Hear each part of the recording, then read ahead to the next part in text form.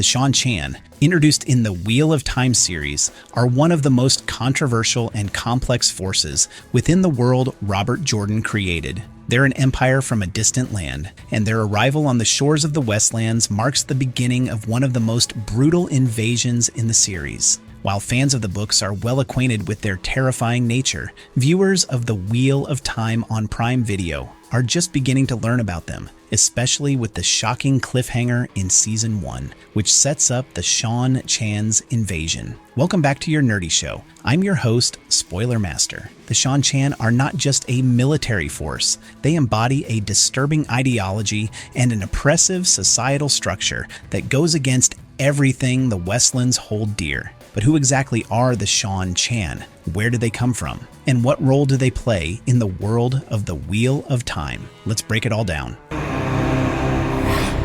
Are they ready?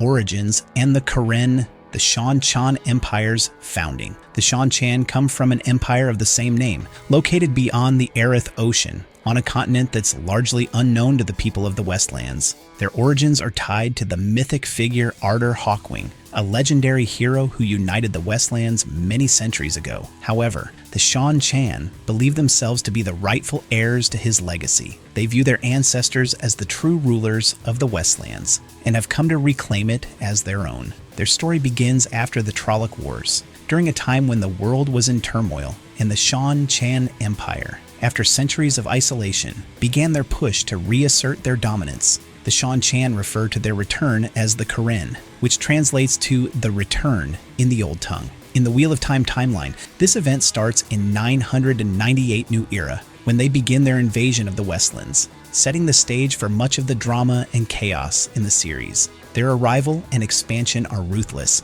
and they don't just conquer lands. They bring a whole new set of ideologies with them, ones that go against everything the Westlands hold sacred. Their first significant military operation is the invasion of Toman Head, where they overwhelm cities and conquer territories.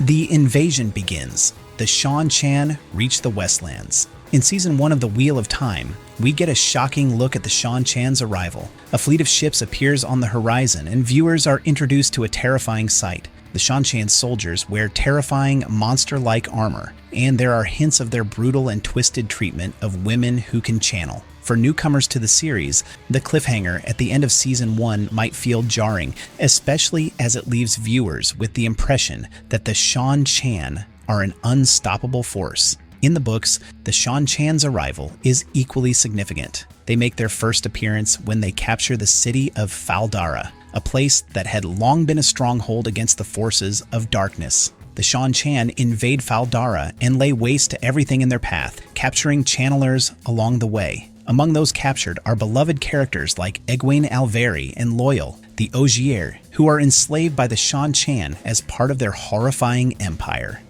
The damane, the shocking treatment of channeling women. One of the most controversial aspects of Seanchan society is their treatment of women who can channel the One Power. While in the Westlands, Aes Sedai are revered and feared, the Seanchan see them as nothing more than subhuman creatures. These women are referred to as damane, which roughly translates to leashed ones in the Old Tongue. The Seanchan enslave any woman they find who can channel the One Power, forcing her into submission with an Adam, a device that links the woman's ability to channel to another Seanchan woman who controls her. The Adam is a collar that goes around the damane's neck, and it's connected to a bracelet worn by a Suldam, the woman who controls the damane. This leash effectively gives the Suldam complete control over the damane, including the power to block her from accessing the One Power. The life of a damane is one of oppression and cruelty. They are stripped of their autonomy, used as tools for war and labor, and often punished brutally if they resist or try to escape. In Season 2, viewers get a closer look at the damane's suffering, especially through Egwene's storyline. Forced to wear the Adam, Egwene must endure constant abuse at the hands of her Suldam, which culminates in one of the most harrowing moments in the series. However, Egwene's arc becomes one of empowerment as she eventually overcomes her torment and kills the Suldam, breaking free from her leash. It'd be easier if you just told me.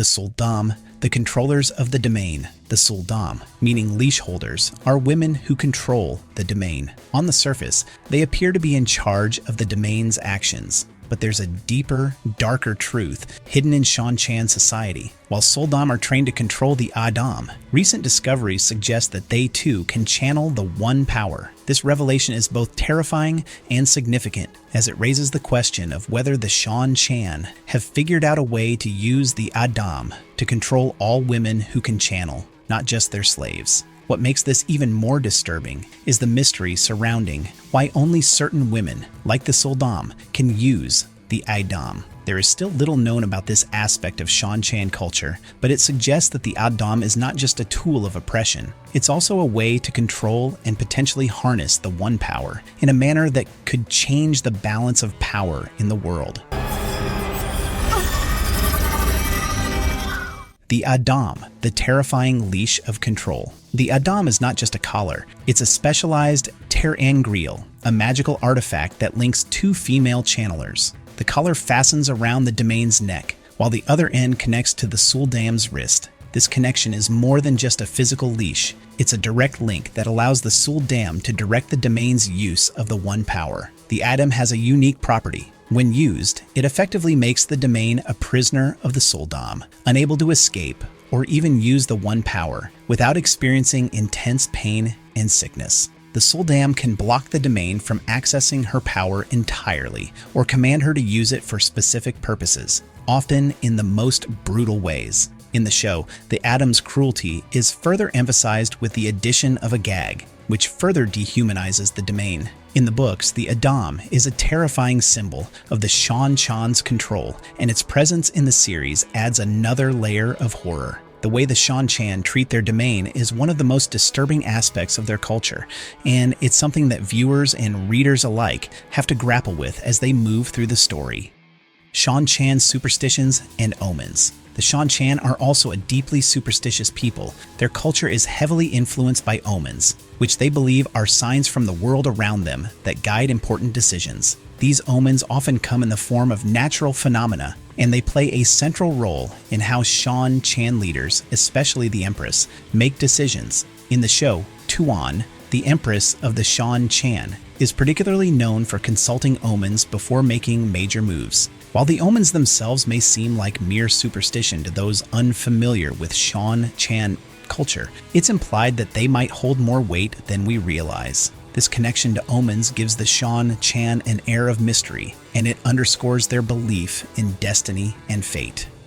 The Seanchan's cultural influence and controversy. The Seanchan have always been a divisive part of the Wheel of Time. Their brutal treatment of women, particularly the damane, has sparked much debate among fans. Their societal structure and the imagery associated with them, including their oppressive use of the Adam, have drawn comparisons to historical regimes that use cruelty and control as tools of power. In terms of visual design, the Seanchan in the show have drawn inspiration from various real-world cultures, including Mesoamerica and Imperial China. Costume designer Sharon Gilham highlighted that the Seanchan were meant to look alien and imposing in the context of the Westlands, and the eerie, monster-like armor they wear is a perfect reflection of their brutal, totalitarian society. The Seanchan's introduction to the Wheel of Time series is one of the most unsettling moments for both the characters and the viewers, and they remain one of the most original and complex aspects of the story. Their arrival marks a significant shift in the battle between light and shadow,